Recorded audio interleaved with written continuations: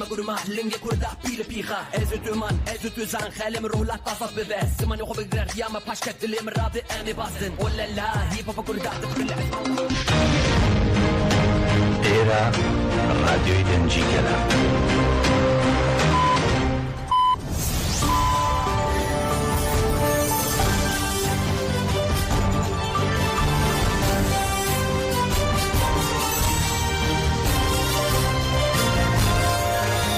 ئەم کاتتان باش بیسەرانی هێژان لا ناوەندی هەواڵەکانی رادیۆ دەنگی گەل بە یارمەتی هاوکارانم گەشتی هەواڵەکانی ئەم کاتژمێرەتان پێشکەش دەکەین.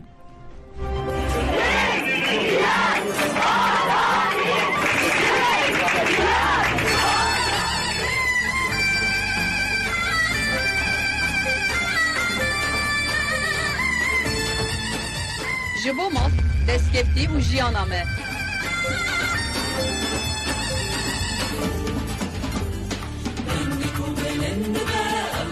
ji bo civakeke exlaqî û polîtîk.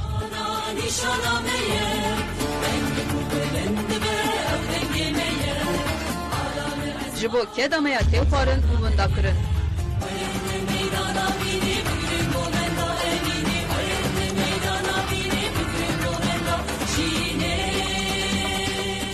ji bo çand, gotin û ziman. ji bo pêşerojeke xweş a ji bo zarokan. ji bo li dijî talankirina xwezayê bisekinin.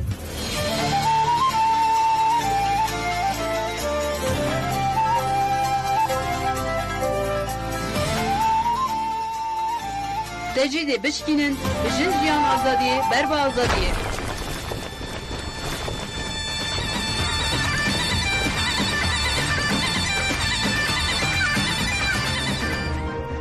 هەپەگا ڕایگەیان گەریلاکانی ئازادی 6 چالاکیان لا دژی سوپای داگیرکەری تورک لا زاپوو خواکۆرگ ئەنجامداوە و بەهۆیەوە 3 درۆن خراوەتە خوارەوە و 2 کامێرای چاودێری و 3 تەقەمەنی لە ناو براوە. ناوەندی ڕاگەاندن و چاپەمەنی هێزەکانی پاراستنی گەل هەپەگا ئاماری چالاکیەکانی گەریلاکانی ئازادی لا دژی سوپای داگیرکەری تورک و هێرشەکانی ئەو دەوڵەتەی ڕاگەاندراوێکی بڵاو کردەوە. لە ڕاگەاندراوەکەی هەپەگەدا هاتووە گەریلاکانی هەپەگە و یێژاستا لە 7 ئەم مانگە 6 چالاکیان لا دژی سوپای تورک لا گۆڕەپانەکانی بەرخۆدانی گردی جودی و گردی بەهار و ئامێدی لە زاپ و گردی مەسکەن لە خواکۆرگ ئەنجام داوە. هەروەها هەپەگە ئاماژەی بەوەش کردووە لەو چالاکیانەدا 3 درۆن خراوەتە خوارەوە و 2 کامێرای چاودێری بە نیشانەشکێن و 3 تەقەمەنی لە ناو براوە. هەروەها سوپای داگیرکەر ناچار بە پاشەکشەکراون. لە درێژەی ڕاگەیاندراوەکەدا هەپەگا دەڵێت دەوڵەتی تورک لە 7 ئەمانگە 2 جار بە تەقەمەنی قەدەغەکرا و بردومانی تونێلەکانی لە گردی FM لە زاب کردووە و هەروەها هێرشەکانی سوپای داگیرکەری تورک لە ڕۆژانی 7 و 19 تەشرینی دووەم بەم شێوەیە خراوەتە ڕوو. بەگشتی 25 جار بە فڕۆکەی جەنگی بردومانی هەرێمەکانی خواکۆر گارە و زاب کراوە و هەروەها 19 جاریش بە هێلیکۆپتەری هێرشبەر بردومانی خواکۆرگ و زاب کراوە.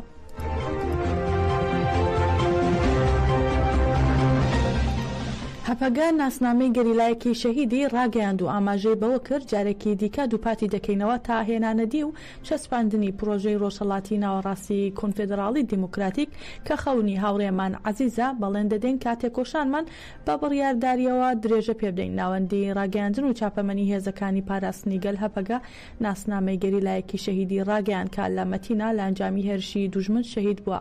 لە ڕاگەاندراوەکەی هەپەگا هاتووە ڕۆڵەی ئازای گەلی عەرەب جەنگاوەری هێژە هاوڕێ عەزیز مووسڵ 28 حوزەیرانی 2024 لە هەرێمی مەتینا لە هێرشێکی دوژمندا شەهید بوو.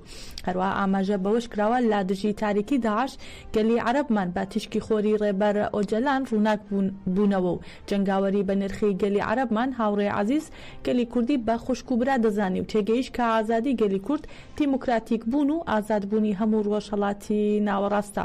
هاوڕێمان بە زانابوون کاتێک دەرفەتی بینی بەبێ ئەوەی ساتێکی دایکیش دوودڵ بێت بەشداری لە ڕێزەکانی تێکۆشاندا کرد. هاوڕێمان عەزیز بە هەموو خانەکانی جستەیەوە هەستی بە سروشتی بێهاوتای چیاکانی کوردستان کرد و هەموو ڕۆژەکانی ئاوێتەی چیاکانی کوردستان کرد. هەبەگا دەڵێت وەک هاوڕێیانی بەتایبەتی سەرخۆشی لە بنەماڵی بە نرخی هاوڕێمان عەزیز مووسڵ گەلی وڵات پارێزی عەرەب و کوردستان دەکەین. ئەو دوو گەلەمان لایەنگری خوشک و برایەتی گەلانن تا هێنانەدی و چەسپاندنی پرۆژەی ڕۆژهەڵاتی ناوەڕاستی کۆنفدەراڵی دیموکراتیک کە خەونی هاوڕێمان عەزیزە بەڵێن دەدەین کە تێکۆشانمان بە بڕیارداریەوە درێژە پێ بدەین. هەپەگە ناسنامی ئەو شەهیدەی بەم شێوەیە خستووەتە ڕوو. ڕاکان جاسم خدر بە ناسناوی عەزیز مووسڵ لە مووسڵ لەدایک بووە لە 28 حوزەیرانی 2024 لە مەتینە شەهید بووە.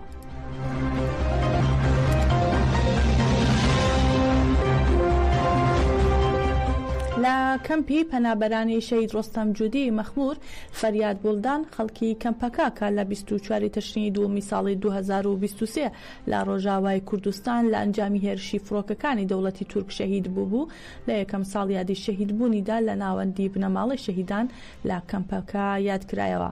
مەراسیمەکە باقولەکێک ڕێزلێنان لە هەموو شەهیدانی بزوتنەوەی ئازادی کوردستان دەستی پێکرد و لەسەر ناوی بنەماڵی شەهید دایکی شەهید و مامی شەهید قسەیان کرد. بولدان دایکی شەهید فەریاد وتی مرۆڤ ناتوانێت شتێک لەسەر شەهیدان بڵێت. هەموو شەهیدەکان بۆ دۆز و وڵاتی خۆیان گیان دەبەخشن. بە هەموو شەهیدانی کوردستان سەربەرزین. هەروەها نیازی بولدان مامی شەهید بە وتەی ڕێبەر ئۆجەلان کە دەڵێت منداڵەکانی مەخمور منداڵی منن دەستی بە قسەکانی کردووتی ئێمە شەهیدەکانی کەمپی مەخمور لە سەرۆکایەتی گەلی وڵات پارێز و لە کەمپی مەخمور پیرۆز دەکەین. لە کۆتایی مەراسمەکەدا کورتە دیمەنێک کە لەسەر ژیانی شەهید فەریاد بولدان ئامادەکرابوو نمایش کرا و دواتر مەراسیمەکە باوتنەوەی درۆشم کۆتایی پێهات.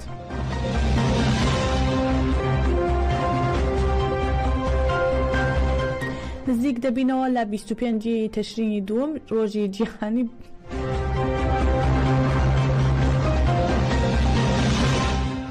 ببورن نزیک دەبینەوە لە 25 تشرینی دووەم ڕۆژی جیهانی بەرەنگاربوونەوەی توندەتیژی دژی ژنان کە لەلایەن نەتەوەی گرتوەکان دیاری کراوە. لەو چوارچێوەشدا ژنانیش لە کاتی ڕوبەڕووبوونەوەی توندوتیژیەکان لەلایەن هاوژینەکانیان پەنابۆت دادگاکان دەبن و داوای جیابوونەوە دەکەن. لەو بارەیەوە ئەشواق نەجیب پارێزەر لە باشوور دەڵێت پیاوەکان لە کاتی جیابوونەوەدا فێڵ لە دادگاکان دەکەن و بەوەی کە داهاتی خۆیان دەشارنەوە یا مڵکەکانیان لەسەر ناوی خۆیان لا دەبن. ئەشواق دەشڵێت یاسای توندوتیژی خێزانمان هەیە بەڵام دەبێت جارێکی دیکە هەموار بکرێتەوە چونکە بۆشایی یاسایی لە هەندێک بابەتی تێدایە.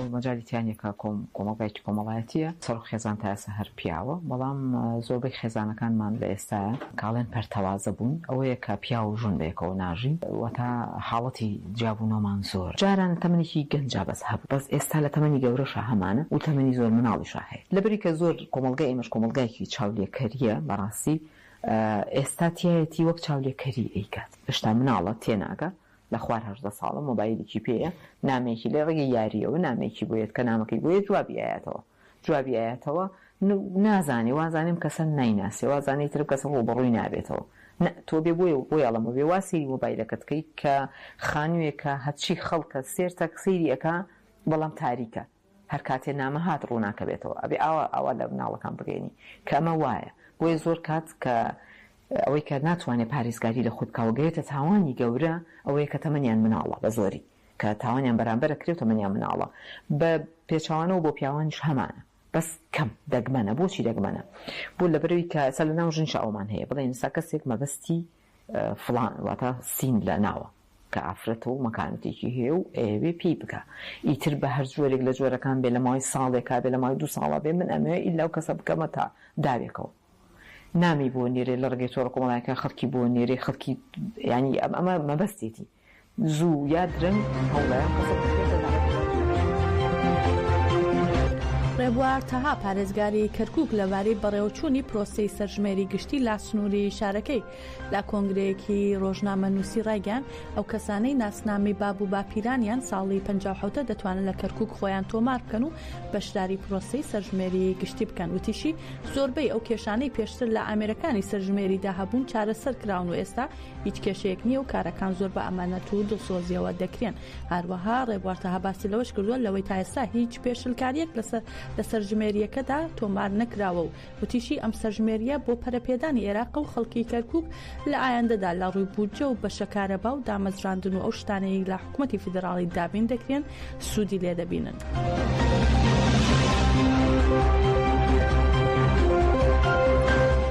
ئەسغار جەهانگیری وتەبێژی دەستگای دادی ئێران سەبارەت بە بارودۆخی ئاهوو دەریایی کچا خوێندکاری زانکۆیتاران لە کۆنگرەیەکی ڕۆژنامەنووسی دەڕایگەیان ئاهوو دەریایی دوای چالاکی ناڕزایەتی دەستگیر کرا و ڕەوانەی نەخۆشخانەی دەرونی کرا، بەڵام ئەمڕۆ ئازاد کراوە.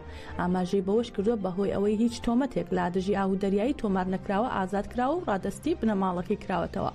ئاهوو دەریایی تەمەن 30 ساڵ خوێندکاری وەرزی حوتمی زمانی فەڕەنسی زانکۆی ئازادی تارانە و لە دوای دەرهێنانی جل و بەرگەکانی لەلایەن هێز ئەمریکانی ئێرانەوە هەڵویستی وەرگرت و دوای ئەشکەنجەدانی دەستگیر کرا و ڕەوانەی نەخۆشخانەی دەرونی ئێران کرا.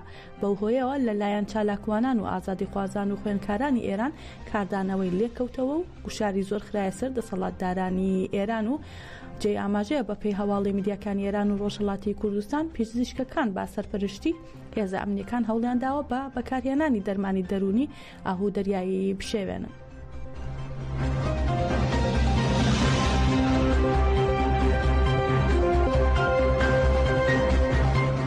یەکێتی ئازادی کرێکارانی ئێران بڵاوی کردەوە دەرکردنی سزای لە سێدارەدان بە سەربوری شامورادی پەخشان عەزیزی هێرشێکی درەندانەیە بۆ سەر ئیرادە و دەسەڵاتی زۆرینەی ڕەهایگەلی ئێران و دەشڵێن پێویستە دەست بەجێ سزای نامرۆڤانی لە سێدارەدان لە دەسەڵاتی دادوەری لا ببرێت و سەرجەم زیندانی ئاسیاسیەکان ئازاد بکرێن.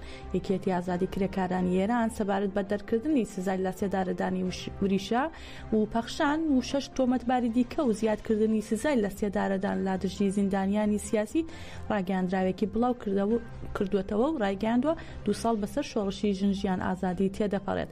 جارێکی دیکە شەپۆلی دەرکردن و جێبەجێکردنی سزای لا سێدارەدان لە لووتکەدایە و ئەوەش لا سیاسەتە سەرکوتکەرەکانی دامەزراوە ئەمنی و دادوەریەکانە.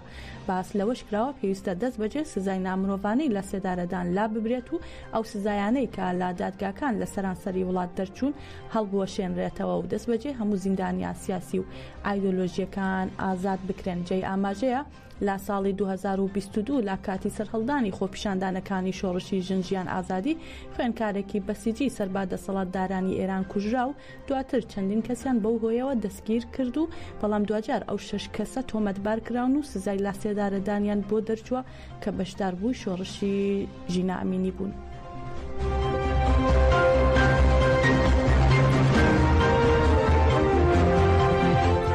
ڕێکخراوی ژنانی نەتەوەی گرتوەکان بابۆنەی 25 تەشرینی دووەم ڕۆژی جیهانی بەرەنگاربوونەوەی توندەتیژی دژی ژنان راپۆرتێکیان بڵاو کردەوە. لە راپۆرتەکەدا هاتووە لە ساڵی 2023 لە جیهاندا لە هەر داخولەکێکدا ژنێک کوژراوە کە بەپێی ئامارە فەرمیەکان 51,100 ژن کوژراون. ئاماژە بەوەش کراوە لە ساڵی 2023دا 1 لە سەر 3 ژنان لە سەرانسەری جیهان لە ماوەی ژیانیاندا تووشی توندەتیژی بوون و زیاتر لە نیوەی ئەو توندەتیژیانش لەلایەن ئەندامانی خێزان یا هاوسەر و هاوبەشی ژیانی ئەو ژنانە ئەنجام درراوە. لە راپۆرتەکەدا هۆشداری دراوە لە زیادبوونی توندەتیژی دژی ژنان لە ناوچە جەنگیەکان و دەڵێن یەکێک لە لایەنە نیگەرانیەکانی ئەم پرسە بڵاوبوونەوەی توندەتیژیە لە ناوچە جەنگیەکان. هەروەها ئەوەش خراوەتە ڕوو لە ساڵی 2023دا نەتەوەی گرتوەکان راپۆرتی زیادبوونی توندەتیژی ڕەگەزی بە بەراورد بە ساڵی پێشوو با ڕێژەی 50% ڕاگەیاندووە.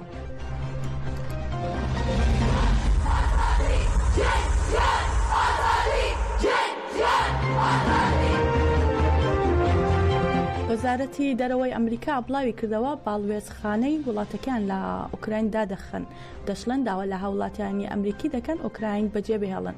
ئەمڕۆ وەزارەتی دەرەوەی ئەمریکا سەبارەت بە داخستنی باڵوێزخانەی وڵاتەکان لە ئوکراین ڕاگەیاندراوێکی بڵاو کردەوە و ڕاگەیان باڵوێزخانەکەمان لە کیێف زانیاری تایبەتی لەبارەی ئەگەری هێرشی ئاسمانی گەورە لەمڕۆدا پێگەیشتووە بۆیە باڵوێزخانەکە دادەخین. ئاماژە بەوەش کراوە داوا لە هاوڵاتیانی ئەمریکی دەکەین ئوکراین بەجێ بهێڵن. جێی ئاماژەیە لە 21 شوباتی ساڵی 2022 سەرۆکی رووسیا دانی بەسەر بەخۆیی کۆماری گەلی دۆنتیسیک و لوهانسک لە ناوچەی دۆنباس ناو ڕخنەی لە بێباکی ڕۆژاوا گرت.